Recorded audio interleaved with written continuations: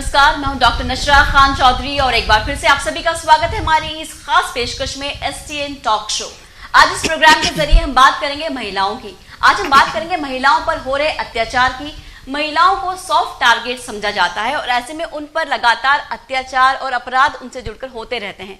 तो किस तरह से हमारे समाज में बदलाव आए और कैसे सशक्त महिला अपनी बात अपने समाज के सामने रखे और जो अत्याचार हो रहे हैं उन पर भी लगाम लगे। एक सशक्त पैनल आज हमारे साथ जुड़ गया है यहाँ पर और वो सब महिलाएं अच्छे पद पर हैं, एक ऐसी मकाम तक पहुंची हैं जहां पर आज उन्हें कोटा ही नहीं पूरे हाड़ौती पूरे राजस्थान में जाना जाता है। तो इस सशक्त पैनल से मैं आपका तारुफ करवाना चाहूँगी, मुलाकात हम करवाते हैं।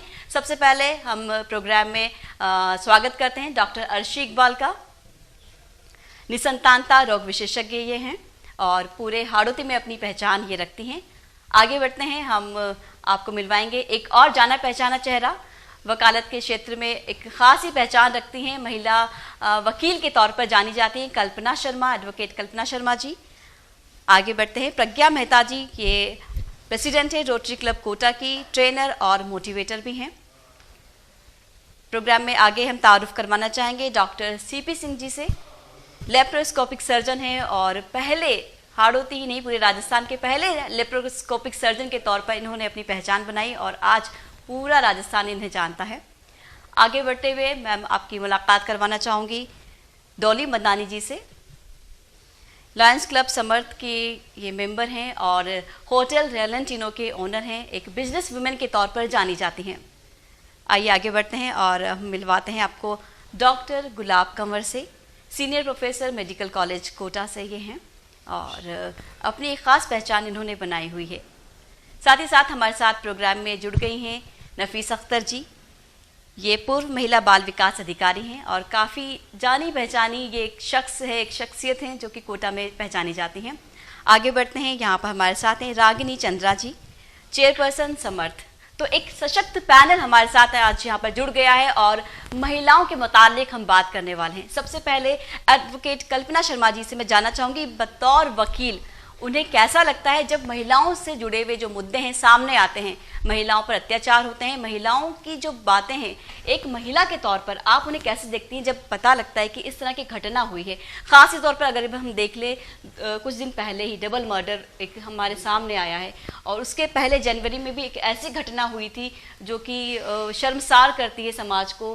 आप जैसा कि ताल्लुक़ रखती हैं आकाशवाणी में एक जो बड़ी घटना हुई थी, आपसे हम जानना चाहेंगे किस तरह से आप ये जो केसेस आते हैं कैसे आपको क्या फील करती हैं उस समय और क्या आपको लगता है कि समाज में किस तरह के फैसले हो जो कि इस पर कंट्रोल लगाया जाए।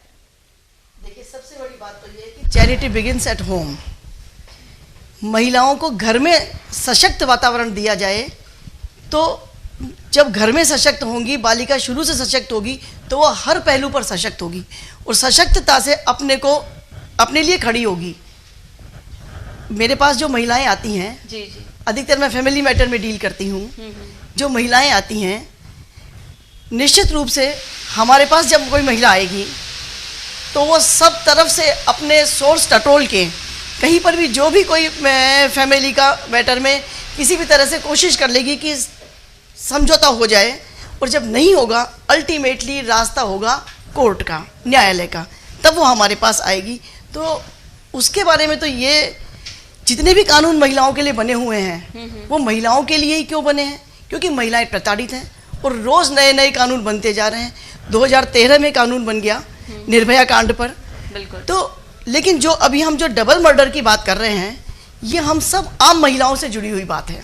इसमें कोई प्रताड़ित महिला हो या परिवार से प्रताड़ित हो या प्रताड़ित नहीं भी हो, सब महिलाओं के लिए तो सबसे बड़ी बात तो ये है कि महिलाएं सॉफ्ट टारगेट आप बहुत जल्दी विश्वास कर लेती हैं। जी जी, हम किसी पर विश्वास नहीं करें इस तरीके से कि मैं जो व्यक्ति जो सर्वेंट है वो कुछ दिन पहले आया है बाद में आ रहा है, तो हम इस बात का ध्यान रखें कि किसी भी दीगर व्यक्ति को अगर हमारे घर में कोई पुरुष नहीं है और कोई नहीं है अगर हमारे घर में, तो हम घर के बाहर होकर के बात करें। घर में बुलाकर किसी बात करने की आवश्यकता नहीं है, क्योंकि ये आज का मर्डर का मामला नहीं है, पहले भी ऐसे मर्डर हुए हैं। डॉक्टर का अपने ऑफिस क्लिनिक में बैठे मर्डर हो गया। अब मैं बैठती हूँ अपने ऑफिस में बैठती हूँ तो और एक डर सा जो महिलाओं में बना हुआ है, डॉक्टर गुलाब कंवर, जैसा कि अभी कुछ दिन पहले ही आपने एक ट्रेनिंग दी थी, आपके जो स्टूडेंट्स जो कि आप मेडिकल कॉलेज से जुड़ी हुई हैं, आपके साथ काफ़ी सारे इंटर्न्स हैं, तो आप एक ट्रेनर के तौर पे भी सामने आई हैं उनको। तो हमारी सुरक्षा की हम बात करें तो किस तरह की ट्रेनिंग दी जाए महिलाओं को ताकि वो अपना बचाव खुद कर सकें? अभी क्योंकि मेरे पास चीफ वार्डन गर्ल्स जो अंडर ग्रेजुएट मेडिकल स्टूडेंट्स हैं उसका चार्ज है 8-10 साल से, और मेरे पास रोज़ नई प्रॉब्लम्स आती थी कि लड़कियों को कोई मार के भाग जाता है, कैंपस में भी, हॉस्पिटल में भी, बिल्कुल कैंपस के अंदर भी, हॉस्टल के सामने लड़कियां बात कर रही हैं। तो मेरे दिमाग में आया कि जब मैंने IMA का फीमेल विंग बनी और उसकी मेरे को फाउंडर प्रेसिडेंट बनाया गया, तो मैंने सबसे पहले ये मुद्दा लिया, safety and security of women at work place in medical. और सबसे पहले मैंने एक टॉक रखाई हमारे SP अंशुमन सिंह जी से, और 2 SP भी लिए, DYSP मैंने, उमा शर्मा और एक सीमा चौहान, और एक पूरे नियम और कानून हमारी लड़कियों को अवगत कराया। 3 घंटे का सेशन था हमारा। और अभी रिसेंटली मैंने मेडिकल स्टूडेंट्स को सेल्फ डिफेंस ट्रेनिंग दिलवाई है 3 महीने की। अब मेरी लड़कियां इतनी सशक्त हैं कि कोई लड़का उनके 3 मीटर के दायरे में पास नहीं आ सकता, इतनी वो सब कुछ सीख चुकी हैं। और वो अभी 26 जनवरी को ही हमने कंप्लीट करके उन लड़कियों को सर्टिफिकेट डिस्ट्रीब्यूट करा। महिला बाल विकास से जुड़ी नफीस अख्तर जी हैं, तो आपसे जानेंगे, आप इस तरह के मुद्दे कई सारे आपके सामने भी रहे, तो किस तरह की परेशानियां रहती है, गांव से जुड़ी हुई बातें अगर आपसे जानें तो वहाँ का क्या आपका नज़रिया रहा है, किस तरह की परेशानियां महिलाओं ने वहाँ पे देखी है, आपकी ज़ुबानी हम जानेंगे। महिला बाल विकास में डिप्टी डायरेक्टर के रूप में मेरे 15 साल का मुझे एक्सपीरियंस है। गांव से लेकर शहरों तक की महिलाओं के उत्पीड़न पे हमने काफ़ी काम किया है। जी जी। मैं सबसे पहले बात करूंगी जेंडर इशू की, कि वो घर से ही शुरू होता है। पहली चीज़ है कि एक छोटी बच्ची है और उसकी परवरिश हम करते हैं, और उसका भाई भी होता है, बिल्कुल। लेकिन गाँव में मैंने जहाँ तक मेरा एक्सपीरियंस है कि माँ जो होती बेटी को बासी रोटी खिलाती है और बेटे को घी चुपड़ के रोटी खिलाती है। और वो बेटी देखती है कि ये माँ फर्क कर रही है, तो वो क्या करती है, माँ जब खेत पे जाती है तो वो घी के डिब्बे से निकाल के और उसको चुरा के घी और वो खाती है। फिर माँ जब आती है कि तूने ऐसा क्यों किया, उसे थप्पड़ मारती है। ये मेरा अनुभव है। तब वो कहती है कि माँ तू माँ है, और उसके बाद में भाई को तुमने घी चुपड़ के रोटी खिलाई और मुझे बासी, मुझे ज़्यादा ज़रूरत है, क्योंकि आगे जाके मुझे और मैडम ने बताया था, वही कहती है कि वहाँ मीटिंग में मैं गई थी, उन्होंने बताया था कि बेटियों को ज़्यादा ज़रूरत होती है अच्छे खाने की, आयरन की, कैल्शियम की, तो मुझे भी बराबरी का हक दो, 2म दर्जे से बराबरी का दर्जा दो, और घर में भी मुझे वो पावर, सशक्तिकरण की हम बात कर रहे हैं। तो महिला तब सशक्त होगी जब उसके घर में उसको वो इज्जत मिलेगी जो वो बेटे को देते हैं। जी जी। और ये फर्क खत्म होना चाहिए। दूसरी बात मैं ये कहूँगी कि एजुकेशन की बात करूँगी कि स्कूलों में भी ये सब्जेक्ट होना चाहिए कि महिला सशक्तिकरण पे, कि महिलाओं की, महिला कानून क्या है, दूसरी बात उनकी शक्तियाँ क्या हैं। जब ईश्वर ने, बताइए आप, कोई फर्क नहीं रखा, और राजस्व की देवी आप मानते हैं कि लक्ष्मी है, आप ये मानते हैं कि सरस्वती है, विद्या की देवी है, शक्ति की देवी कौन है, दुर्गा है। तो जब ईश्वर ने इतनी शक्तियां, इतना पावरफुल महिला को बनाया है, तो हम लोग क्यों उसको 2म दर्जे पे रखे हुए, क्यों नहीं हम बराबरी का दर्जा देंगे। जब तक हम घर घर से कहानी शुरू होगी और घर में इज्जत उसको मिलेगी, तो और हमारी सरकार भी इस पे कदम उठाए और एजुकेशन में भी इसको लाएं कि बराबरी का हक हो, और लड़कों को भी एजुकेशन देनी चाहिए, बिल्कुल, तब क्राइम नहीं होगी। जी। यहाँ पर जैसे कि महिलाओं की, लड़कियों की बात हो रही है अभी, जैसे कि नफीस अख्तर ने बताया, डॉक्टर अर्शी इकबाल आप यहाँ पर हैं, आपके पास इस तरह के केसेस आते ही होंगे, आपसे जानेंगे कि जब भ्रूण परीक्षण की बात होती है तो नहीं चाहते लोग कि उनके घर में लड़की पैदा हो। देखिए, ये बहुत आम है, बड़े से बड़ी फैमिली हो या छोटी से निम्न स्तर की हो। जी जी। जो आज भी सोच है बहुत कम बदल पाई है। ज़्यादातर लड़के ही चाहते हैं, चाहे वो कितने ही करोड़पति हों या कितने भी गरीब हों। तो ये जो सोच में बदलाव है कहीं ना कहीं अभी भी नहीं आया है। दूसरा, और इस परिस्थिति के लिए कहीं ना कहीं महिला जिम्मेदार है, क्योंकि सास अपनी बहुओं को लेके आती हैं जी। और वो सास चाहती है कि इसके बेटा हो। बिल्कुल। जब हम लोग बहू से बोलते हैं तो बहू कहती है कि मेरे को इतनी कोई प्रॉब्लम नहीं है, मैं तो, मेरे लिए बेटियां बहुत अच्छी हैं। लेकिन जो अभी हमारी जो ओल्ड जनरेशन है वो कहीं ना कहीं इस चीज़ को नहीं एक्सेप्ट करने को राज़ी है कि किसी के 2 लड़कियां हों या 3 लड़कियां हों। वो चाहते हैं कि लड़का तो आना ही है, वो कुछ सीढ़ी चढ़ना होती है या कुछ भगवान के यहाँ जाने के लिए वही मोक्ष मिलेगा या क्या मिलेगा। तो उनकी सोच ये है कि there should be a male child in the family, नहीं तो ये सब खत्म हो जाएगा। तो यही सोच छोटे की भी है, यही सोच बड़े की भी है, क्योंकि मैंने काफ़ी बड़े लोगों को भी देखा और वो कुछ भी करते हैं इस हद तक बेटा पाने के लिए। देखिए मैं एक बात मैं इसमें ये कहूँगी, ऐसा नहीं है कि सास लेके आती है, क्योंकि बहू है इसलिए सास जा रही है, बाकी प्रेशर परिवार का होता है। तो परिवार में प्रेशर क्या आए साथ नहीं आए, लेकिन प्रेशर कहाँ से आएगा? अगर सास ससुर को समझाए या घर वालों को समझाए तो ये चीजें शांत हो सकती हैं। सास की समझाने की हैसियत ही होती तो हम यहाँ पर बात करने के लिए बैठते ही नहीं। ये मेरा एक सोच है। ससुर पति इतना प्रताड़ित कर देते हैं, और एक बात ये भी है कि जो सास बहू को प्रताड़ित करती है ना, उसमें एक बहुत बड़ी बात सामने आई है कि ससुर सास को टॉर्चर करता है कि तुम ये बोलो, तुम वो बोलो, और उस तरह से बहू सास के द्वारा प्रताड़ित होना मान लिया जाता है, जबकि प्रताड़ित ससुर कर रहा है। ऐसा भी बात होती है। दोनों परिवार के बड़े, आपकी बात सही है, लेकिन ऐसा भी होता है और बहुत हो रहा है ऐसा। पितृसत्तात्मक समाज है जी। तो समाज की जब तक सोच नहीं बदलेगी तब तक ये फर्क होगा। सोच की बात है, सोच अभी भी वही है क्या? सोच की बात। सबके बीच में डॉक्टर सीपी सिंह जी भी हैं, जैसे कि बात हो रही है समाज की, और पुरुष को टोटली कहा जा रहा है कि पुरुष की वजह से ही है। तो आपसे जानना चाहेंगे समाज में किस तरह का बदलाव लाना चाहिए, और आप इस चीज़ को किस नज़रिए से देखते हैं कि कैसे अब ये जो भेदभाव है वो खत्म किया जाए? धन्यवाद। आपने सवाल जो किया मेरे से, इस बात को मैं आजकल सीखने में लगा हूँ। पढ़ाने के बजाय सिखाना कितना इम्पोर्टेंट है। तो हमें ये जो बात प्रशिक्षण की या सिखाने की जो बात आई है, तो स्वयं सीखें इस बात को कि मुझे कैसे सिखाना है। तो first and most important thing is learn how to learn. फिर हम प्रशिक्षण देने की बात करें तो चूंकि मां गर्भ से बच्चे को लेती है, तो यहां महिला ही है।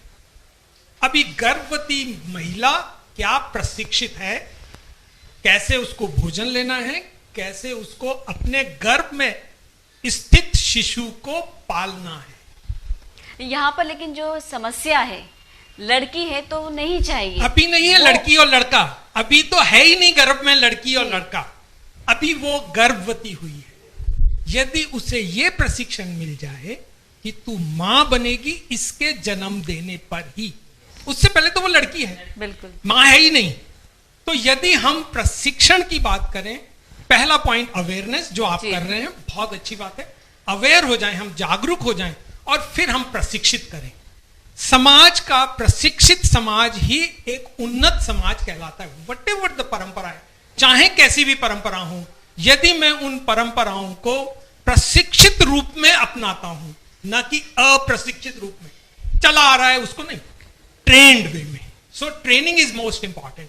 तो हम अपने बच्चों को ट्रेनिंग दें, हम स्वयं ट्रेनिंग लें, और एक ऐसे समाज का निर्माण करें जो हमारे बिलीफ में है।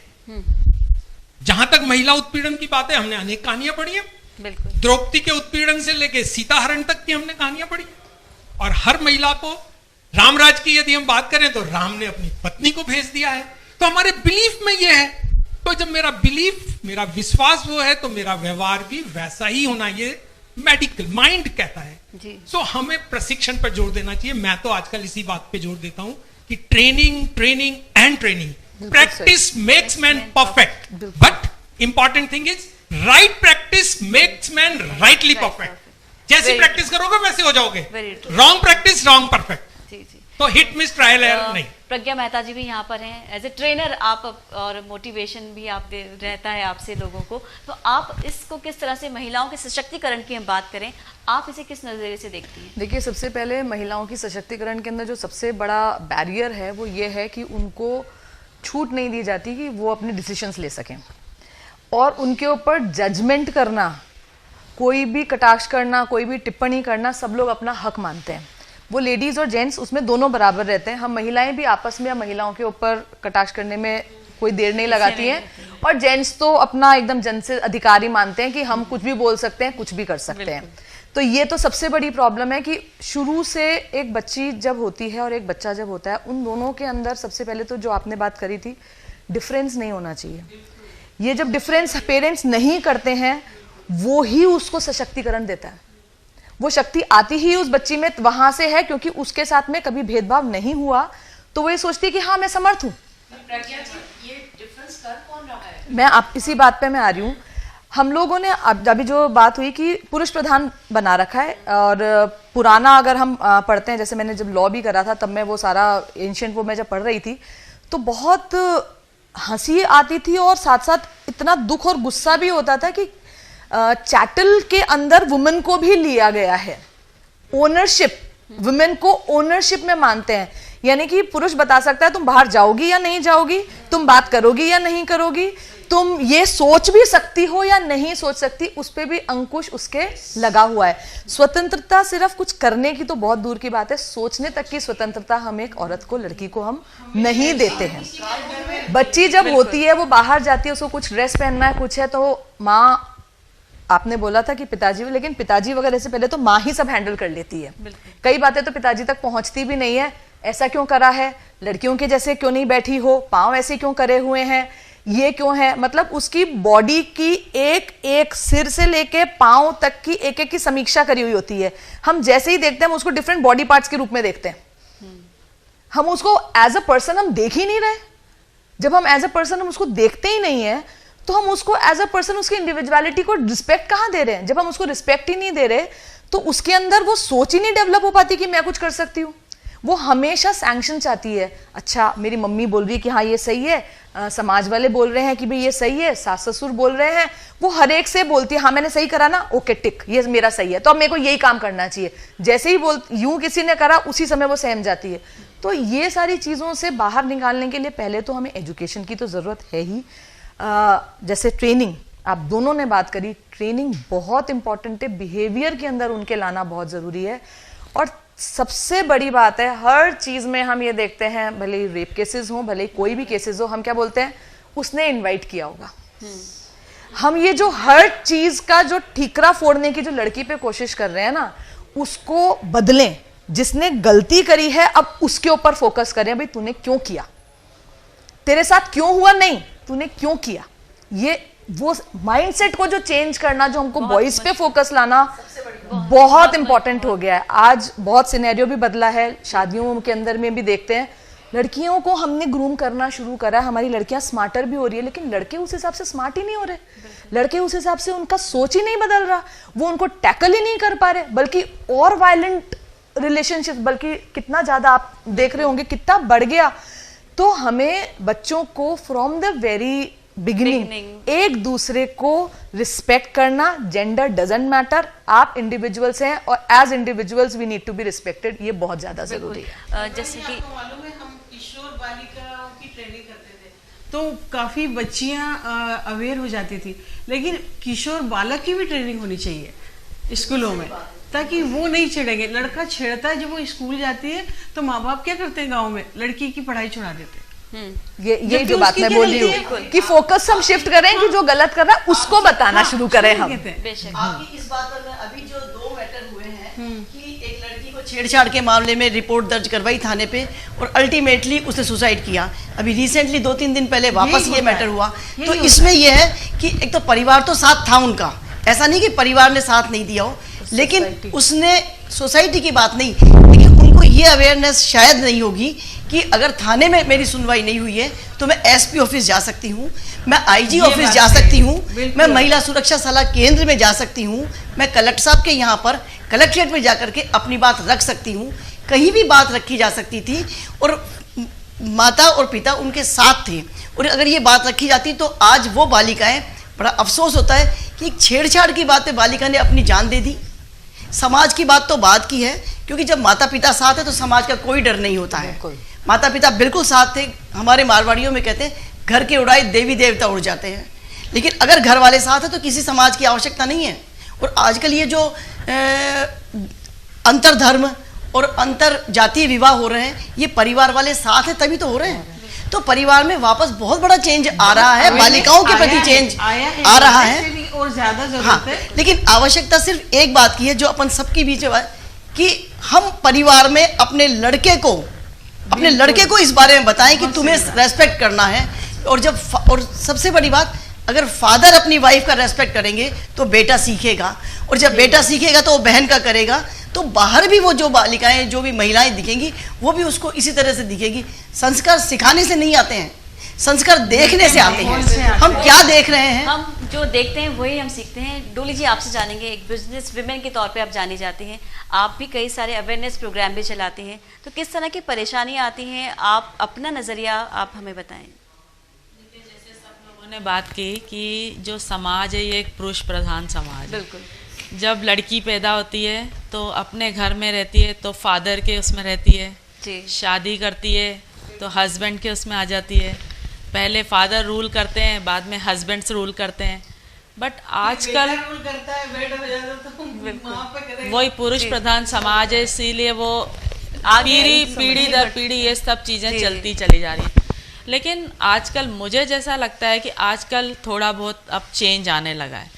जो अच्छे कल्चर के लोग हैं, गांव और उनकी बात मैं नहीं कर रही हूँ, उसमें तो अभी भी यही सब चल रहा है। लेकिन जो अच्छे हाई लेवल पे हाई सोसाइटीज़ हैं, उनमें अब ये सब कुछ कंपेयर टू कम हो रहा है, क्योंकि जो महिला है वो आजकल अपने आप उसने अपनी आइडेंटिटी बनाना शुरू कर दिया है। कंधे से कंधा मिला के जो जेंट्स के साथ वो चल रही है। ये जो सब चीज़ें हो रही हैं, ये एक कुछ 20 या 30% जो है उसी दायरे तक सीमित क्राइटेरिया में आ रहा है।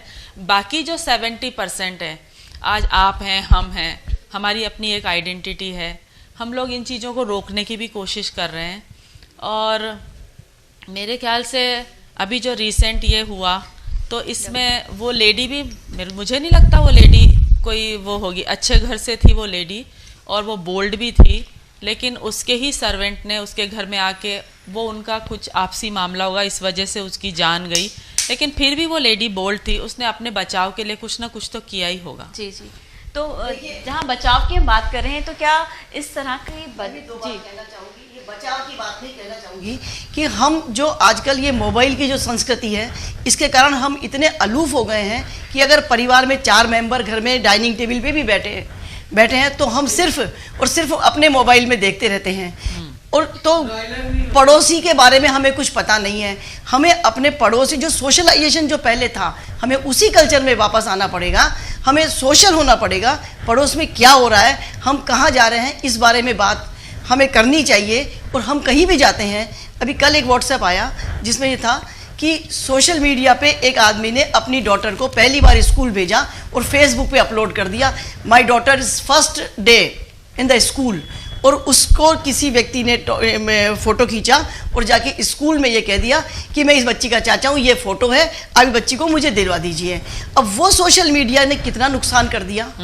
तो इस तरह से हम सोशल मीडिया से भी बचें। हम जिस सोशल मीडिया की बात करते हैं, जो हमारे लिए फ़ायदे की चीज़ होती है, बहुत बड़ा नुकसान भी हमारा हो रहा है। हम पड़ोसियों से जानते ही नहीं है पड़ोस में कौन रहता है। मल्टी में स्टोरी बने हुए हैं, उसमें अगले फ्लैट में कौन रह रहा है हमें पता ही नहीं है, हम जानना चाहते भी नहीं है। कहीं इस तरह की जो घटनाएं हो रही हैं, डॉक्टर गुलाब आपसे जानेंगे, तो क्या सोशल मीडिया भी इसके लिए जिम्मेदार है, जैसे कि कल्पना जी बता रही हैं? जिम्मेदार, लेकिन उनके लिए हमें थोड़े बहुत चीज़ें खुद को भी चेंज करना होगा। जी जी। जिस तरह से ये एक घटना तो अभी रिसेंट हुई है कोटा में, उसमें पीछे देखा जाए तो उसमें अपनी कमी है। जब हम किसी सर्वेंट को रखते हैं अपने घर में, हम पुलिस वेरिफिकेशन कराएं, पर आधी बाइयां और नौकर तो वहीं से रवाना हो जाते हैं कि मैडम वेरिफिकेशन भेज रही हैं, हमें आपके यहाँ काम नहीं करना है। लेकिन और पैसे भी हम ही देते हैं सब लोग कि 200-300 रुपए थाने पे जमा होते हैं, उसके वेरिफिकेशन होता है, फिर आप रखिए उसको।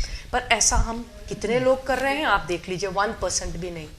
क्योंकि मेरे पास गर्ल्स हॉस्टल का मेस भी है, 16 लोग मेरे पास काम करते हैं, सबका वेरिफिकेशन है। जी। लड़कियां कंट्रीब्यूट करके पैसे देती हैं, हम वेरीफाई कराते हैं। नहीं, पर जैसे वो कल्पना जी ने ये बात बोली कि जैसे उसने फोटो खींच के बोल दिया कि चाचा है और बच्चे को दे दो, वो तो हमने मतलब इनवाइट अपना किया। वो तो हमने इनवाइट किया। एक्चुअली सोशल नेटवर्किंग पे अपना पर्सनल हम कहीं घूमने जा रहे हैं, वो नहीं हम डालना अपना चाहिए। स्टेटस अपलोड कर रहे हैं, हम आज यहाँ हैं, हम आज वहाँ हैं, तो लोगों को पता चल जाता है कि रेकी करने की जरूरत ही नहीं है, हम खुद ही रेकी करवा रहे हैं, फेसबुक पे डालने की क्या जरूरत है? हम खुद ही रेकी करवा रहे हैं। तो सोशल मीडिया जो हमारे लिए फायदे की चीज हो सकती है, उसका अवेयरनेस रखें। वर्चुअल वर्ल्ड में जो हम रहने आजकल लग गए हैं, वो बिल्कुल। कहीं ना कहीं हमारे लिए घातक उसका है। नेग्लिजेंस सबसे बड़ा पॉइंट है, उसमें Misuse। Negligence of usage. उसमें अता पता ही नहीं है कि हमें किस लिमिट तक करना है। हाँ। इतना वो शोबाजी करने के चक्कर में तो we are inviting a lot of crimes, और ये तो एक है, ऐसे क्राइम्स भरे पड़े हैं। सही बात। लोग कहीं पे भी जाते हैं तो हम यहाँ जा रहे Check-ins हैं, करते हैं। चेक इन करते हैं, पब्लिक को ये पता लग जाता है कि हाँ ठीक है, आप अपने इस time पे बच्चों की यहाँ के पर साथ हैं। में फोटोग्राफ व्हाट्सएप पे नहीं। मैं एक बात आपके बीच में आपके बहुमत के अलावा बोल रहा हूँ। जी जी। Present era is a information and technology era, meditech and infotech. यदि मैं इसको नहीं सीखूंगा तो मैं इसी की वजह से मात खाऊंगा। बिल्कुल। सो इंफॉर्मेशन टेक्नोलॉजी तो है, आर्टिफिशियल इंटेलिजेंस आ रहा है, इंसान का दुश्मन अब नहीं है, इंसान की दुश्मन मशीन है। तो अब मशीन को मुझे ट्रेन, मैंने तो बनाई है मशीन, तो मुझे उसे इस्तेमाल करना आना चाहिए। मैंने अपने मशीन में पासवर्ड डाला है जिसके बिना वो खुलती नहीं है, तो मुझे मेरी मशीन में पासवर्ड डालना है, ये मुझे सीखना है। मेरे माइंड का पासवर्ड मेरे पास है। सो लर्निंग की जो मैं बात कह रहा हूं, और पिछले 5 साल से कहना शुरू किया है मैंने ये, इससे पहले मुझे खुद को नहीं मालूम था ये। सो लर्निंग की जो मैं बात कह रहा हूं, सीखें। और जैसा आपने कहा, देखना सबसे इंपॉर्टेंट सीखने का टूल है। देखने के बाद किसी की प्रेजेंस में करना, in the presence of expert, assistant, as a assistant, and then expert as a observer, और आप उस काम को करें, एंड देन इंडिपेंडेंट करें, प्रैक्टिस करें। सो हर चीज, चूंकि बच्चियां प्रशिक्षित है मां से, इसलिए प्रशिक्षण की वजह से वो कमजोर हैं, जबकि हमें उन्हें ताकतवर बनाना है। क्योंकि मेल अप्रशिक्षित है, वो बायोलॉजिकली लिव कर रहा है प्रकृति में, बायोलॉजिकली वो जानवर के रूप में ही सोच रहा है। पुरुष, यहाँ पुरुष मीन्स मेल, हाँ, basic पुरुष उसमें ही और रहता है। प्रकृति की बात नहीं कर रहा हूं मैं, महिला मतलब प्रकृति, और पुरुष बोले तो मेल। सो मेल जो है वो अप्रशिक्षित है, उसको माँ ने शिक्षा ही नहीं दी कि किसका आदर करना है, किसके पैर छूने हैं, कैसे बैठना है, ड्रेस कैसे करनी है, चड्डी पहन के सबके बीच आना है कि नहीं आना। बच्ची नहीं आएगी, लड़का चला आएगा। क्यों? क्योंकि बच्चे को प्रशिक्षण नहीं दिया। वही घर से ही तो सब चीज निकलता है। लर्निंग की बात मैं यहाँ कह रहा हूँ, और इस बात से मैं आपसे सहमत नहीं हूं। हमें सबको ये प्रशिक्षण देना है। टेक्नोलॉजी, हमने, हमारे देश ने ये जो इंडस्ट्रियल एरा की जो बस थी वो मिस कर दी थी। 200 साल हम पीछे हो गए, मात्र इसलिए कि अंग्रेजों ने हमें इंडस्ट्रियलाइज नहीं किया। अब अगर हम स्वयं मेडिटेक और इंफोटेक को छोड़ देंगे तो हम स्वयं जिम्मेदार होंगे इसको दोष देकर अपने आप को पिछड़ा करने के लिए। आपने नेग्लिजेंस ऑफ यूजेज बात करी थी हमने, बाकी तो यूज अगर आप प्रशिक्षित हैं तो बढ़िया यूज करेंगे। If you are a train, mobile है, हर महिला के पास, सर्वेंट के पास, इवन भाइयों के पास बल्कि मोबाइल है। मैं इस पॉइंट में और आऊंगी। अभी टेक्नोलॉजी ऐसी है कि हम, क्योंकि महिलाओं के उसके ऊपर है, सशक्तिकरण के लिए और सेफ्टी के लिए बहुत अच्छी टेक्नोलॉजी है, पर हम में से कितने लोगों ने कर रखी है, कितने लोगों ने उस चीज को यूज कर रखा है कि हम कहीं पे बाहर निकल रहे हैं तो उसे मनोरंजन use की करें। जगह, कहने का मतलब मनोरंजन की जगह शिक्षा लीजिए इससे। इसका मात्र मनोरंजन मत कीजिए इसकी इससे। अच्छाइयों को लें, इसकी बुराइयों को ना ले। मिस यूज जो करते हैं वो नहीं हो जाए। आपसे भी जानेंगे। जी, मैं भी सॉफ्टवेयर प्रोफेशनल हूँ, तो मैं आप लोगों से एग्री हूँ, सर से एग्री करती हूँ कि जब एज ए सॉफ्टवेयर डेवलपर, जब लड़के लड़की में कोई अंतर नहीं है, क्योंकि हम लोग प्रोग्रामिंग करते हैं, तो यहाँ हम लोग नारी सशक्तिकरण के बारे में बात कर रहे हैं। जब हम प्रोग्राम सेट करते हैं, बनाते हैं अपने यूज़ के लिए, बेस्ट देने के लिए, तो उसके लिए हम लोग उसमें नहीं देते हैं कि हाँ इससे कौन ट्रैप हो जाए और क्या हो, उसका बेस्ट यूज क्या करना है। लेडीज हो उसके लिए बेस्ट यूज क्या करना है, उसका मैक्सिमम, जैसे फेसबुक बना और व्हाट्सएप बना, वो इसलिए हुआ कि एक मैसेज में आप किसी मैसेज को एक जगह से दूसरी जगह ले जाइए, तो उसका सही यूज कीजिएगा तो सोसाइटी और डेवलप होगी। जिस तरह सर ने बोला कि टेक और मेड से हम लोग ज़्यादा अगर पहले भी पीछे थे और भी पीछे हो जाएंगे, तो ये बिल्कुल सही नहीं है। सशक्तिकरण, नारी सशक्तिकरण, जहाँ हम लोग लेडीज लोग बैठे हैं, वो लेडीज हैं जो स्कूल गए हैं, कॉलेज देखे हैं। हमें उन लेडीज के बारे में बात करना है इस सोसाइटी में, क्योंकि हम लोग तो देख रहे हैं, हम लोग खुद हैं, पावरफुल हैं, अपनी बातों को कहीं किसी स्टेज पे रख सकते हैं, लेकिन हमें उन लेडीज के बारे में बात करना है जिनको आज भी वो स्कूल नहीं गई हैं, दो नॉलेज नहीं है। किसी लेडीज ने आज मुझसे अपना मोबाइल ऑपरेट करवाया कि दीदी इसमें कोई मैसेज आया है, आप चेक करके बताएं। उसके खुद के अकाउंट में क्रेडिट हुआ था 7-8,000 रुपीज़, उसको ये पता नहीं था कहाँ से आया है। तो सबसे पहले हम लोगों को बेसिक जो चीज़ें हैं कि उनके स्टडी पे ध्यान दें, छोटे छोटे बच्चों को तो पढ़ाना ही है, लेडीज को भी अगर मौका मिले जिस एज में भी हो उनको उस हिसाब से शिक्षित करें।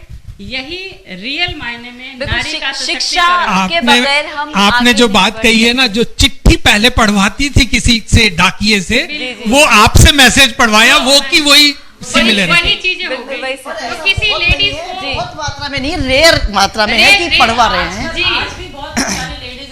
मैम का उठना बैठना बड़े लोगों से होता होगा, जो लोग पढ़े लिखे हैं, सब कुछ है। हम लोग सोसाइटी के उस लेवल पे, उस ग्रुप में जाकर के हम और डॉली मैडम देखते हैं जहाँ पे शिक्षा का कुछ भी नहीं पहुँचा है। देखिए, वो उनके पास पैसे नहीं हैं, 2 रुपया लेकर, देखिए मैं बात कर रहे हैं, मैं भी फैमिली मैटर में डील करती रियल हूँ। मायने में सशक्त करना है। बिल्कुल करना है। हम आज देश के जिस सेंचुरी में चल रहे हैं, यहाँ हमारे देश में आरक्षण है, हम इस आरक्षण को चेंज करके फीमेल्स को क्यों नहीं दे देते? उसकी एजुकेशन, हर चीज, ये आरक्षण जातिवाद को खत्म करके सोसाइटी में जो लोग बैठे हैं की ग्रोथ की एजुकेशन वाइज क्यों नहीं दे देते? पॉलिटिकली जो लोग बैठे हैं वो लोग भी, अगर वो देश लोग को भी सुधारना है, powerful हैं। फीमेल एजुकेशन पे काम करनी है, आप कह रहे हो मैसेज नहीं पढ़वाएं आगे, तो ये जो आरक्षण है इसको जातिवाद को खत्म करके आरक्षण पे आरक्षण की नहीं, मैं बताऊं, आरक्षण की बात मैं यहाँ पे नहीं करूंगी, हाँ, क्योंकि जो आरक्षण पॉलिटिकली नहीं है। लोग बैठे हुए हैं वो बहुत सोच समझ करके अपने कंट्री में कहाँ कमी है, बिल्कुल, बिल्कुल। उसको निकाल करके वो लोग डिसीजन। देखिए, आरक्षण का नहीं है। मैं जनरल लेडी हूँ, हाँ। मैं जनरल लेडी हूँ, लेकिन मेरे नजर से भी आज के डेट में आरक्षण की जरूरत है।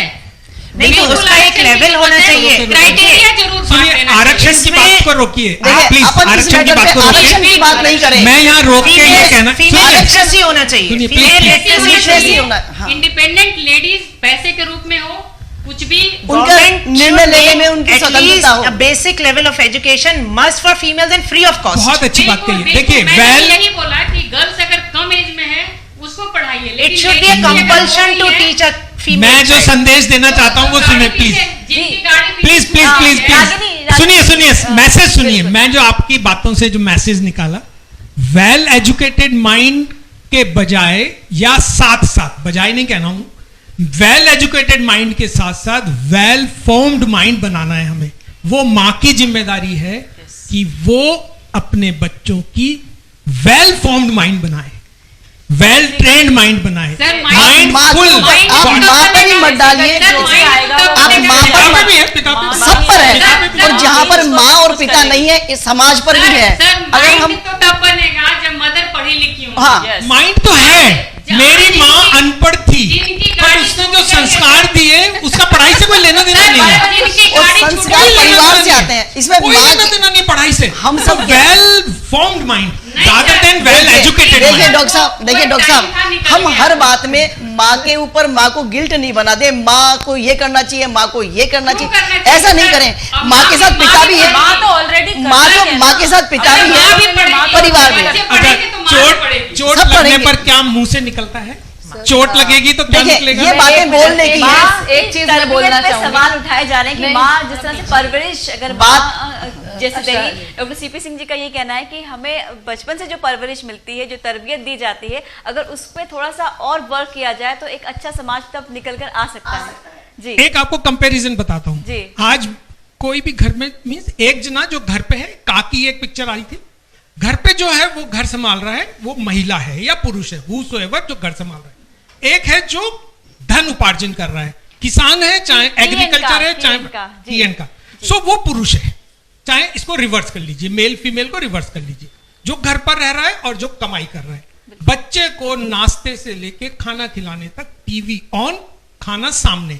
अभी छोटा बच्चा 1-2 साल का कहीं नहीं मूव कर रहा, तो वो टीवी देख रहा है कार्टून और खाए जा रहा है जो उसके सामने रखा है। माँ अपना काम कर रही है। अभी पिता है, मान लीजिए, चलिए माँ तो काम पे गई है और पिता ने नाश्ता बना के अपना कोई और वर्क कर रहा है, ऑफिस एट होम कर रहा है, और उसने बच्चे को, अभी ये जो संस्कृति दे रहे हैं हम, क्योंकि हमें भोजन कराना इंपॉर्टेंट लग रहा है, हमने उसको पेरेंट्स बनने की भी प्रशिक्षण नहीं दिया। माता पिता वो बन गए। सर, हम लोग नारी सशक्तिकरण के बारे में बात कर रहे हैं।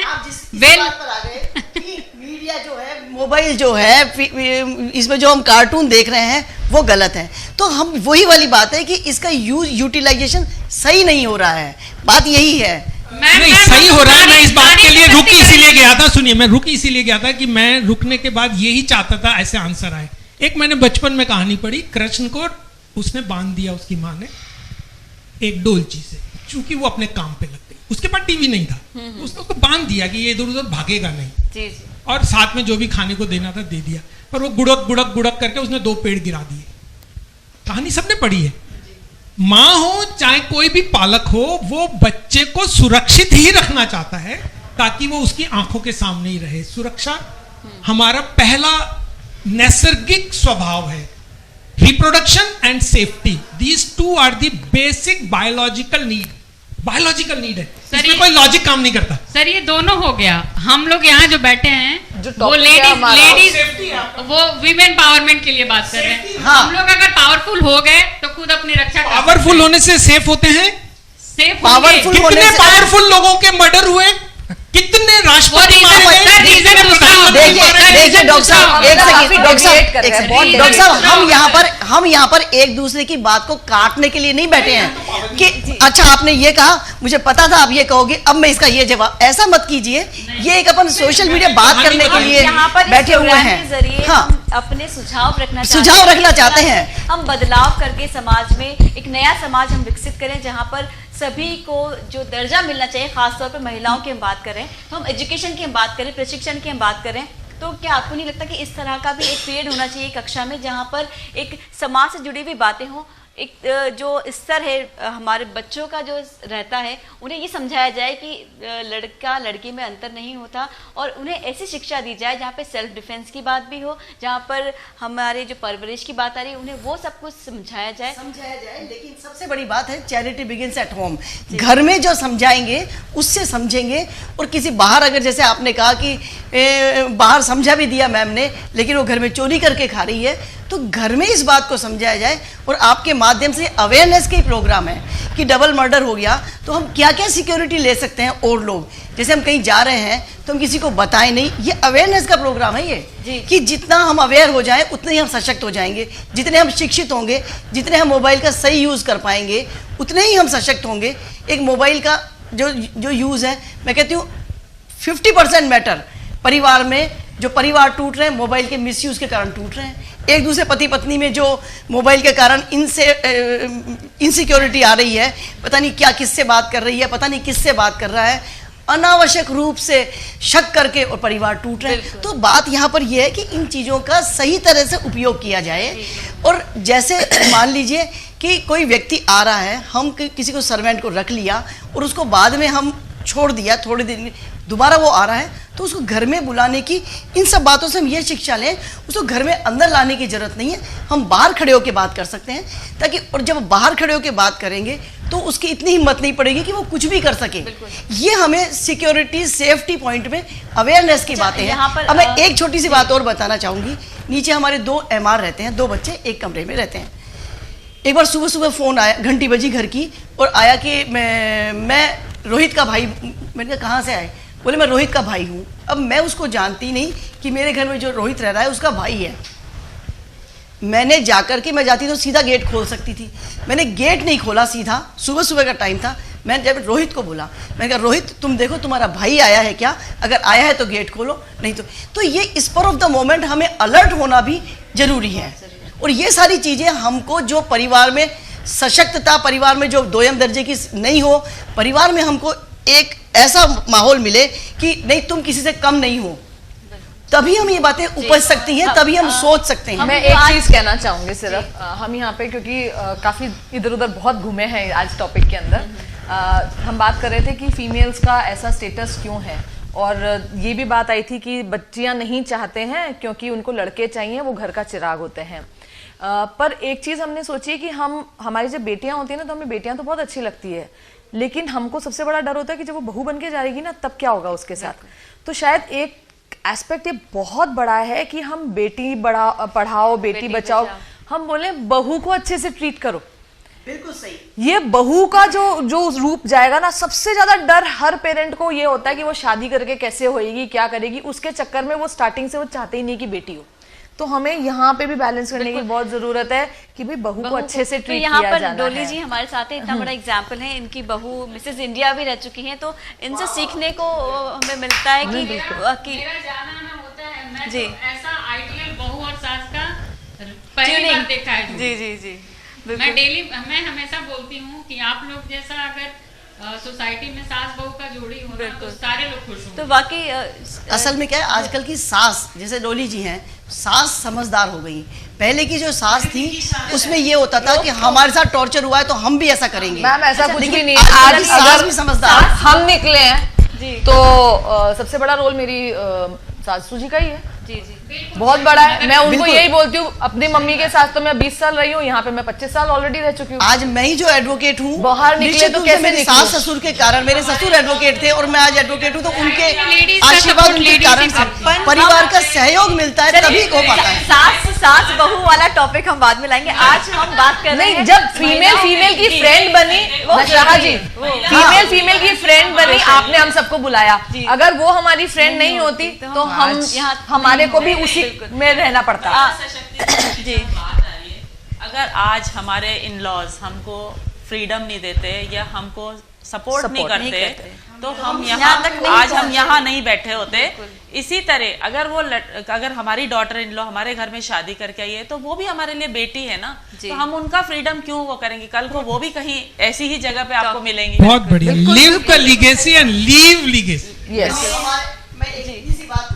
मेरे फादर तो ख्यातनाम कवि थे, लेकिन मेरे ससुर एडवोकेट थे, और मैं ससुराल में आकर के और LLB करने के बाद में उनकी इच्छा के कारण पढ़ाई की, और फिर बाद में तो ये ससुराल का, पति का, सास का बहुत बड़ा रोल है। मेरे पर आशीर्वाद रहा, उनके सहयोग के कारण आज मैं यहाँ खड़ी हो पाई हूँ। मैंने शादी के बाद 3 डिग्रीज ली। सहयोग बहुत इंपॉर्टेंट हो गया, बिल्कुल इम्पोर्टेंट है। सहयोग का मैसेज दे दीजिए कि सहयोग बहुत इम्पोर्टेंट है। मैंने तो ये एक मैसेज है, 8 साल बाद पढ़ाई सब लोगों ने सहमति दर्शाई है, सहयोग सबसे सहयोग के बगैर तो है ही नहीं। आज आप भी यहाँ जो आराम से बैठे हैं, आपके परिवार में पत्नी का और बहुत बड़ा सहयोग है, इसीलिए आप यहाँ बैठ पाए हैं आराम से। सबके बिल्कुल। जैसा कि हम अब बात करें, सॉफ्ट टारगेट महिलाएं रहती हैं, अत्याचार हो रहे हैं, अपराध हो रहे हैं। आखिर में मैं सबसे जानना चाहूंगी कि आपकी नज़र में क्यों महिलाएं सॉफ्ट टारगेट के तौर पे जानी जाती हैं और उन पर ही क्यों होते हैं? डोली जी, आपसे जानना चाहूंगी। एक्चुअली जो फीमेल्स हैं उनको, जो मैंने जैसे भी पहले बोला, ये जो है पुरुष प्रधान अपना जो इंडिया है, इसको कंट्री को आप यही बोलिए, यहाँ पे जो मेल डोमिनेटिंग है, मेल हमेशा डोमिनेट करता है और वो लेडी को कुछ समझता ही नहीं है। वो हमेशा इसको जो भी करेंगे हम इसको यूज़ कर सकते हैं, इसके ऊपर कटाक्ष कर सकते हैं, कमेंटिंग होता है। किसी भी फील्ड में आप जाइए, जनरल आप देख लीजिए ना, किसी भी अपन को पर्टिकुलर किसी को टारगेट करने की ज़रूरत नहीं है, किसी भी फील्ड में आप जाएंगे फीमेल को टारगेट किया जाता है। तो उसके हिसाब से जो फीमेल है उसको बोल्ड होना चाहिए। महिला सशक्तिकरण की जब बात करें, उसकी खुद की अपनी एक आइडेंटिटी होनी चाहिए, और जो इतने सारे प्रोग्राम चल रहे हैं अवेयरनेस के प्रोग्राम, हमको ही जाके महिलाओं को अवेयर करना पड़ेगा ताकि वो आगे चल के पुरुषों के साथ कंधे से कंधा मिला के काम करें, बिल्कुल, और उनसे भी आगे बढ़ती जाएं। मैं तो चाहती हूँ कि पुरुषों को पीछे छोड़ दें महिलाएं और इतना आगे बढ़ जाएं। परिवार के सहयोग से। नहीं, मेरा मानना है कि आगे चली जाएं। आप भी ऐसा नहीं चाहते कि आगे बराबर रहे, balance should be there in the society, जिसकी जो इकोसिस्टम चलेगा, नहीं तो जिसमें जो क्वालिटी है वो उभर के आए। आजकल पुरुष भी जो कम कमा रहे हैं, पत्नी ज्यादा कमा रही है, उसको पूरा सहयोग कर रहे हैं, कोई गिल्ट नहीं हो रहा। आजकल के बच्चे घर में काम कर रहे हैं, वाइफ के साथ पूरा सहयोग कर रहे हैं। वो बातें पहले के जमाने की अब खत्म हो गई। आगे पीछे जो बात है वो ऐसी, हम जिस सोसाइटी की बात कर रहे हैं वहां तो नहीं है ना, वहां नहीं। लेकिन अगर हम बात कर लें गांव की, सरपंच आजकल महिलाओं को बना दिया जाता है, लेकिन चलाता कौन है? सरपंच पति। लेकिन वो अभी देखिए, यहाँ मेरा ये कहना है कि पार्षद की पोस्ट पे फीमेल रहती है, लेकिन उसका हस्बैंड इज द मेन पार्षद। इसके पीछे कारण क्या है? मिनिस्टर फीमेल होती है। इसके पीछे सुनिए, कारण ये है कि महिलाएं अभी फील्ड में, देखिए महिलाएं फील्ड में अभी निकली हैं, धीरे धीरे वो सब सीख जाएंगी। और जो महिलाएं सीख चुकी हैं, जो फील्ड में आ चुकी है, उनको अब बाद में पति की बैसाखी की आवश्यकता नहीं है। सीखना लेडीज में जो कमी है, हाँ, जिसको शिक्षा की कमी है उसको हमारी सोसाइटी शिक्षित करे, जिसको पैसे की कमी है उसको सब रोजगार दिलवाए, रोजगार दिलवाए, जिसमें जो कमी है, जिससे वो शक्ति प्राप्त नहीं की है, उसको वो फुल शक्ति प्राप्त करवाया जाए। लेकिन वो बराबर सोसाइटी को जेंट्स और लेडीज दोनों बराबर करते हैं। लेकिन जो आत्मविश्वास जो है ना, आत्मविश्वास जो है ना, वो कोई दूसरा किसी में जगह नहीं सकता, वो तो खुद को ही करना पड़ेगा, खुद को ही खुद के लिए खड़ा होना पड़ेगा। का एक कारण बहुत बड़ा है, औरतों को हमने एक सेक्शन में डाल रखा है, ब्यूटी, सॉफ्टनेस, ऐसे काम करना चाहिए। जैसे ही वो शक्ति की तरफ, पावरफुल, अपने आप को फिजिकली स्ट्रांग बनाने लगती है, समाज उसको कमजोर करने की। देखिए, मैं इस बात से सहमत नहीं हूँ आपकी बात से। समाज कुछ नहीं होता, समाज नहीं होता। पूरी बात सुन लेते हैं। हम YouTube पे आप वीडियोस देखेंगे, लड़कियों को दिखाया जाता है मेकअप ऐसे करो, अपने आंखों का शेप ऐसे बदलो, ऐसे करो। जितने भी फोटो फिल्टर्स आते हैं उसमें जो मॉडल होएगी वो लड़की होएगी, कभी भी लड़कों के ऊपर ये चीज़ नहीं किया जाए। उसको उसकी ब्यूटी उसके बॉडी के अंदर ही उलझा के इतना रखा गया है कि तुम सॉफ्टनेस को दर्शाती हो। पर अगर वो अपने आप को फिजिकली भी स्ट्रांग करती है और अगर वो ये सोचती है कि हाँ मुझे आवाज़ उठाने का हक है और मेरे को आवाज़ उठाना है, एक बार सोच ले, क्यों बोलने की जरूरत है। अगर किसी ने उसको छेड़ा और वो पलट के अगर उसके साथ वाली बोलती क्यों, बस अगली बार हिम्मत नहीं होती। तो अपने आप को उस लेवल के ऊपर लाने की लड़कियों को जरूरत है, और वो अपने आप नहीं आ सकती। Again start from the very beginning. हमें ये दिखाना होगा कि हम तुम्हारे साथ में हैं और तुम ये जो कर रही हो तुम सही कर रही हो। डॉक्टर सीपी सिंह, आपसे जानूंगी, अगर जॉब छोड़ करके कि हम लोग लेडीज को पहले सशक्तिकरण, सॉफ्ट टारगेट की जो बात आपने कही, मैं ये जानना चाहती हूँ, सॉफ्ट टारगेट, मेरा ये कहना है, जी सेक्सुअल हैरेसमेंट की बात है। पिंक मूवी आई थी, उसमें नो मींस नो। इसका मतलब ये नहीं है कि एक महिला जो अकेली है या किसी तरीके से, तो वो सबके लिए फ्री टू ऑल है, ऐसा नहीं है। No means no. जैसे कि अभी हम बात कर रहे हैं महिलाओं को पढ़ाया जाए, तो सीपी सिंह जी आपसे जानूंगी, अगर अच्छे पद तक अगर महिला पहुंचती है और सभी महिलाएं पढ़ लिखकर एक अच्छा मकाम हासिल करती हैं, कर रही है, तो क्या ये डाटा है, मैं कर रही है इस समय। मैनेजर, अगर मैनेजरियल पोस्ट किसी भी फील्ड की ले लें तो managerial post more than 40% female के पास है। हेड ऑफ स्किल हम लोग के पास, सुनिए, हेड ऑफ डिपार्टमेंट अगर मेडिकल की बात करें तो मोर देन 50% या more than 40% female head of department है। बिल्कुल। थोड़े दिन पहले, जस्ट इससे पहले हमारे राज्य की मुख्यमंत्री फीमेल, थोड़े दिन पहले प्रधानमंत्री, राष्ट्रपति, सब फीमेल, तो एक कैडर था फीमेल का। इस तरह के बदलाव से समाज में बदलाव आ रहा है, और ऐसे ही अगर चलता रहा तो बहुत कुछ। सॉफ्ट टारगेट की जहां तक बात है, मैं उस बात पे ऐड कर रहा हूं, हालांकि ये महिला से रिलेटेड नहीं है, बात सॉफ्ट टारगेट की है। एज ए प्रोफेशनल, मेरा प्रोफेशन चिकित्सा का प्रोफेशन, एज ए चिकित्सक मैं बहुत सॉफ्ट टारगेट पर हूं। कोई भी मेरी पिटाई कर सकता है, कोई भी मेरे को लूट सकता है, कोई भी मेरा मर्डर कर सकता है, बिकॉज आई एम सॉफ्ट। क्यों सॉफ्ट हूं? क्यों मैं अपना टाइम टेबल सबको बता के रखता हूं कि मैं कहां कितने बजे हूं, मेरे पास कोई हथियार नहीं होता है, मेरे पास कोई हथियार नहीं होता है। मेरे हथियार के नाम पे एक पेन है या मेरा स्कोप है या कुछ और है। सो जो आपने बात कही सहयोग, जो आपने बात कही मेरा ऑब्जर्वर, जो आपने बात कही टीम में रहना, वो मेरी सुरक्षा है। देखिए डॉक्टर साहब, मैं एक बात और कहूंगी कि जैसे आप भी क्लिनिक में बैठते हैं, हम अपने ऑफिस में बैठते हैं, तो कई बार ऐसा होता है घर में कोई नहीं है, मैं अकेली हूँ और नीचे ऑफिस में बैठी हुई हूँ, लेकिन उस समय मैं फ़ोन करके हाँ मैं थोड़ी देर में, अभी मैं ऊपर आऊंगी थोड़ी देर में, मैं इस तरह की कोई ना कोई बात ऐसी कर देती हूँ कि सामने वाला, देखिए हमारे, सुनिए, सामने वाले को ये एहसास नहीं हो कि ये अकेली है, क्योंकि मर्डर तो डॉक्टर्स के भी हुए हैं। क्लिनिक में कोई आ रहा है, हमारे पास कोई आदमी आ रहा है, कोई क्लाइंट बन के आ रहा है, सुनिए, कोई क्लाइंट आ रहा है, तो हम उससे पूछते नहीं तुम कैसे आए हो, पहले वो बात करेगा, बताएगा, तब जाकर के, जैसे पेशेंट आएगा पहले तब जाकर के पता चलेगा कि कौन है। वो सीधा आके मर्डर भी कर सकता है, कुछ भी कर सकता है। जो सॉफ्ट टारगेट की बात करें, हमें अवेयर होना, अलर्ट होना, और उस समय किस तरह से हमें अपने आप को रेस्पॉन्ड करना है, कैसे हमको बचाना है, इन सब बातों की आवश्यकता हमें माइंडफुल वो रहने की जरूरत है। और वो तभी होगा जब हम सचेत रहेंगे, अलर्ट रहेंगे कि कोई, और ये इस चीज़ का ध्यान रखेंगे कि कभी कोई ऐसी घटना होने को हो तो हम कैसे बच सकते हैं, कैसे हम निकल सकते हैं। हम ऐसा नहीं कि हम इस तरह से फंसे हुए हों कि कोई सामने वाला आकर के परेशान करे तो हम तो ऐसे दब गए, आगे टेबल आ गई, इधर ये चेयर आ गई, हम निकल ही नहीं सकते। हमें इन चीज़ों का ध्यान रखना चाहिए कि हम किस तरह से, अगर कोई ऐसा व्यक्ति आ जाए तो हम कैसे निकल जाएं। ये आप तो जिस तबके में काम करते हैं, और हम भी ऐसे ही तबके के लोगों के साथ बैठते उठते हैं, वही हमारे ऑफिस में आते हैं। अब डॉक्टर्स के पास जो आएंगे वो ऐसे ही लोग आएंगे, कोई ये नहीं कि कोई कितना ही बड़ा आदमी हो, जब बीमार आएगा तो ऐसा ही आएगा। एग्जाम्पल देना चाहूँगी, मैं एक बार अकेले ट्रैवल कर रही थी बॉम्बे से कोटा आने के लिए। फर्स्ट एसी में मेरा टिकट था, मैंने टिकट चेक करवाया और उससे पूछा कोई मेरे साथ और आएगा कि नहीं, अभी कोई नहीं, आप अंदर से लॉक कर लीजिए। रात के 2 बजे नॉक किया, टीटी ने 2 आदमी अंदर कर दिए। मैंने कहा इनका आप टिकट दिखाइए मेरे को। आपने बोला था कोई है नहीं आपके साथ, और मेरे पास व्हाट्सएप पे सब नंबर हैं, ऑनलाइन में पुलिस को भी और रेलवेज में भी सारे नंबर हैं मेरे पास।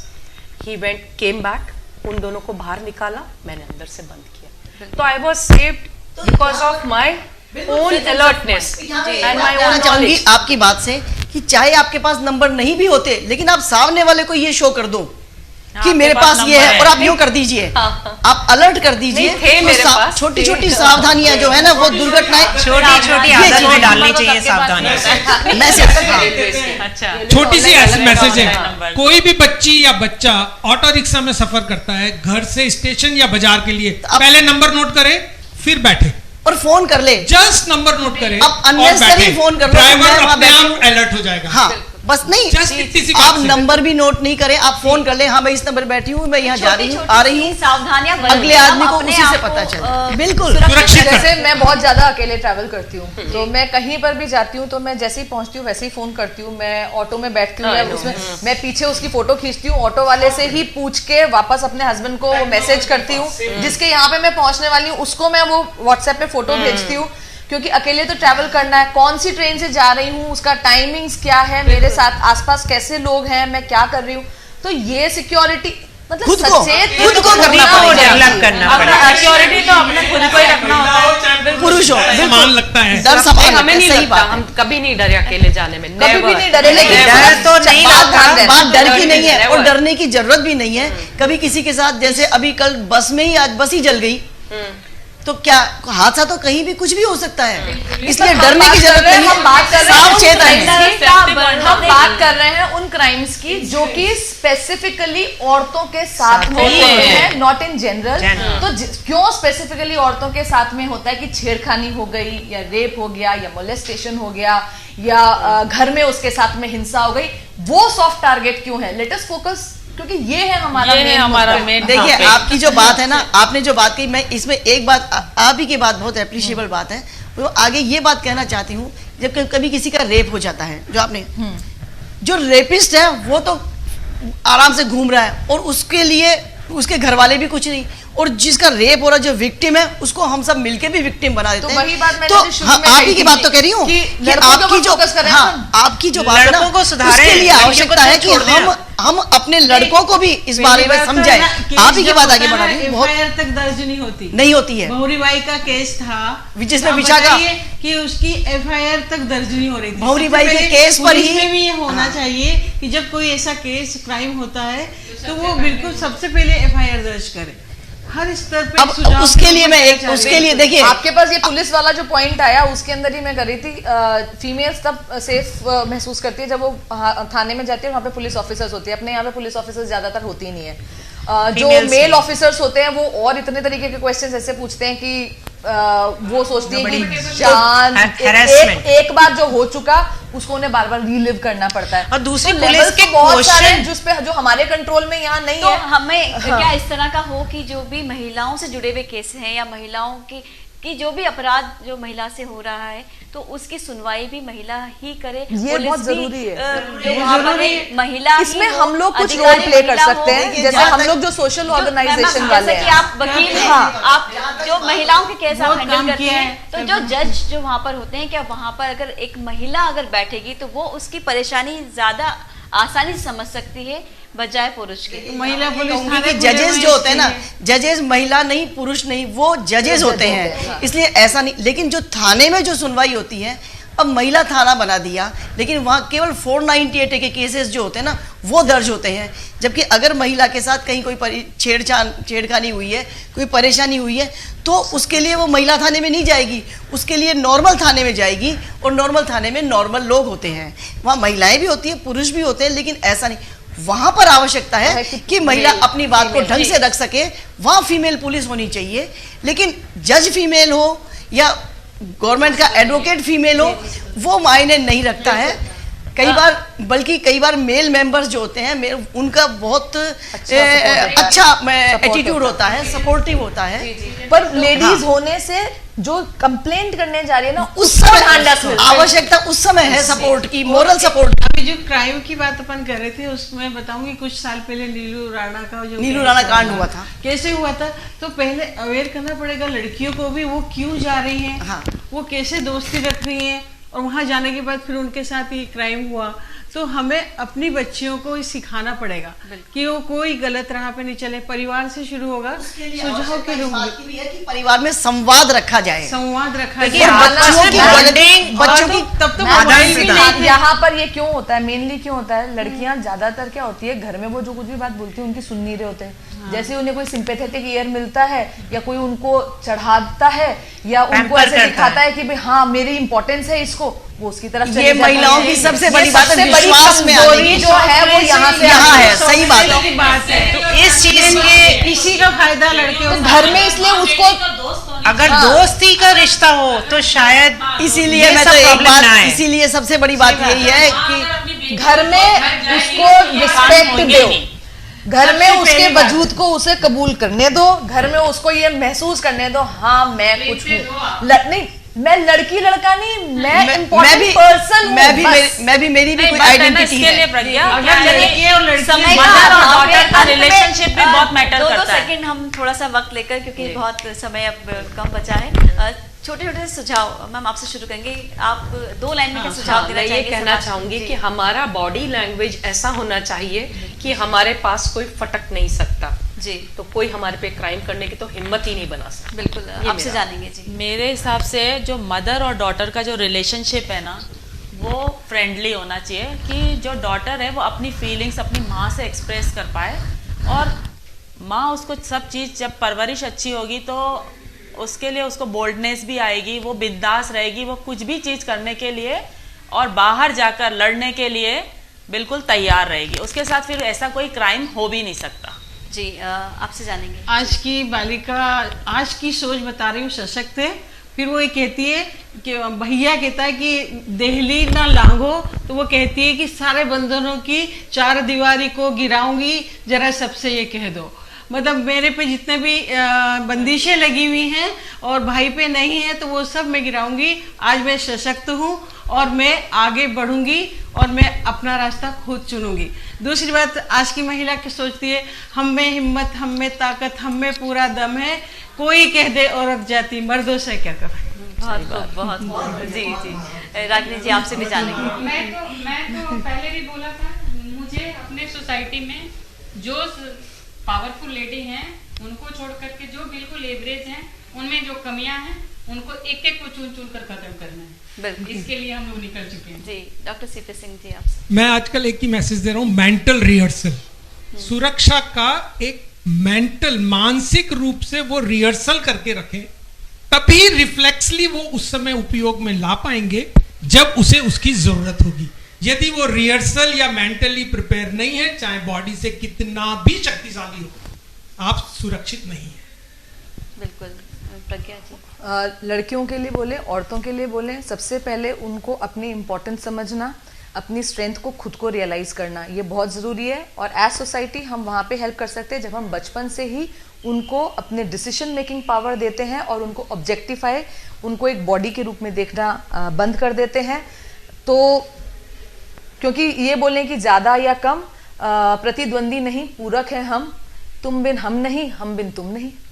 बिल्कुल, बहुत खूब जी। एक बात है, तू बोलेगी, मुंह खोलेगी, तभी तो जमाना बदलेगा। बिल्कुल, ये चीज है कि अपने पर कुछ जुल्म और सितम होता है तो बोलना चाहिए। माँ भी बच्चे को दूध तब तक नहीं पिलाती जब तक वो रोता नहीं है, तो अपनी बात कहना चाहिए। पहले होता है ऐसे, अभी भी होता है, अभी भी होता है, अभी भी होता है। जब तक वो खेलता रहता है ना, वो कहती चलो एक काम और कर लेती हूँ मैं। देखिए मैडम, अब जमाना बदल गया है, महिलाएं अब उस मुकाम पे है कि जहाँ पर उनको अब कोई रोक नहीं सकता है, उनको ऐसे किसी की आवश्यकता भी नहीं है। लेकिन आवश्यकता इस बात की हम सावचेत, सब महिलाएं नहीं, कुछ महिलाएं आवश्यकता अभी भी ऐसी हैं आवश्यकता जो अपना काम करके और ये सोचती है कि बच्चे को अभी थोड़ी देर बाद आवश्यकता इस बात की है कि हम कोई भी परिस्थिति आए, हम उसके लिए डटकर मुकाबला करने की हिम्मत जुटा कर रखे। और वो हिम्मत हमें परिवार से आती है। परिवार साथ है तो समाज कितना ही अलग हो, कोई कुछ नहीं कर सकता। आप ईमानदार हो, आप अपने कर्तव्य के प्रति प्रतिबद्ध हो, आप ईमानदारी से कार्य कर रहे हो, तो आपको कभी झिझक भी नहीं होगी। कॉन्फिडेंस काम करने से, ईमानदारी से काम करने से ही आता है। मैं एक शेर बोलना चाहूंगी आज की महिला के लिए, अब तो उस मौका पे मेरा चिराग जलता है जहां पर हवाओं का भी दम निकलता है। यहाँ है महिलाएं आज। डॉक्टर साहब आप देख रहे हैं, धन्यवाद। देखिए ये सारी जो बातें हैं ये अपने उस एक स्टेटस वाली फीमेल्स के लिए तो सब जानती है, लेकिन मैक्सिमम फीमेल्स हमारे ग्रामीण क्षेत्र में हैं और वहाँ से अगर हमें कुछ उठाना है तो उसके लिए सबसे बेसिक है फीमेल एजुकेशन। एक बेसिक क्वालिफिकेशन ज़रूरी है, एक स्टैंडर्डाइजेशन हो कि हमें 8th 10th तक एजुकेशन फिक्स करना चाहिए, कंपलसरी करना चाहिए, फीमेल लिटरेसी जिससे आगे। दूसरा है a healthy mind lives in healthy body. तो जो बच्ची पैदा होती है उसकी डाइट, उसका पोषण, उसका आहार, हर चीज़ अच्छा होना चाहिए, क्योंकि अल्टीमेटली वो ग्रो करेगी। जब वो ग्रो करेगी, अच्छी तंदुरुस्त होगी, तभी वो कुछ पढ़ लिख के हासिल करेगी, तभी वो अपने नॉलेज गेन कर सकती है। तो a healthy mind lives in healthy body, तो एक बॉडी के डेवलपमेंट भी बहुत इंपॉर्टेंट है, खाली एक तरफा वो नहीं होगा। तो फीमेल हेल्थ पे ज़्यादा ध्यान देना चाहिए। माँ को अपनी बच्ची के न्यूट्रिशन, आहार का विषय ध्यान रखना चाहिए और उसको पढ़ा लिखा देंगे, वो अपने आप इतनी स्ट्रांग बन जाएगी। जब वो अवेयर होगी तो वो अपने हेल्दी माइंड की बात से लास्ट बात मैं ये कहना चाहती हूँ कि ये ऑनर किलिंग हो रही है। हम अपने ही बच्चों को किल कर देते हैं, चाहे दामाद को किल कर देते हैं, चाहे बेटी को कर देते हैं। ये ऑनर किलिंग, हेल्दी माइंड की जो बात, अगर हेल्दी माइंड हो तो ये ऑनर किलिंग ही नहीं हो। तो भाईचारा तो बहुत हो गया, ब्रदरहुड की बातें भी बहुत हो गई। It's time for sisterhood now. बाकी आज आप सभी यहाँ पे मौजूद रहे और जिस तरह से हमारे समाज में बदलाव की ज़रूरत है, नई नई चीज़ें हमें जानने को मिली। एक सोशल मीडिया है जिससे कि काफ़ी कुछ सीखने को मिलता है, लेकिन उसका दुरुपयोग हो रहा है। छोटी छोटी बातों में सतर्कता बरतें तो हम सावधानी से अपने आप को बचा सकते हैं, अपने परिवार को बचा सकते हैं। कई सारी चीज़ें जानने को मिली, जैसे कि परवरिश की बात है, सीपी सिंह जी का भी कहना है। और यहाँ पे नई नई चीज़ें जानी, परवरिश ख़ास तौर पे ऐसी हो जिससे कि बच्चे का विकास जो हो रहा है उसमें तब्दीली आए और उन्हें एक समान समानता सिखाई जाए। डॉक्टर अर्शी इकबाल ने भी जो कहा है कि जो आपके भी 2 बेटे हैं और ख़ासतौर पे बेटियों की अगर हम बात करें, बेटी बचाने की बात की जाती है तो समाज में बदलाव इसी तरह से आ सकता है। तो पूरा पैनल आज यहाँ पर मौजूद रहा और आपने इतना वक्त हमें दिया, इसके लिए बहुत बहुत शुक्रिया। मैं ये कहना चाहूँगी, महिला कल भी भारी थी, आज भी भारी है, पुरुष कल भी आभारी था और आज भी आभारी है। चलिए, इस प्रोग्राम में बस इतना ही। आप सभी यहाँ पर मौजूद रहे, इसके लिए बहुत बहुत शुक्रिया। प्रोग्राम में बस इतना ही। डॉक्टर नशरा खान चौधरी को दीजिए इजाजत, फिर होगी आपसे मुलाकात STN टॉक शो में। Good bye.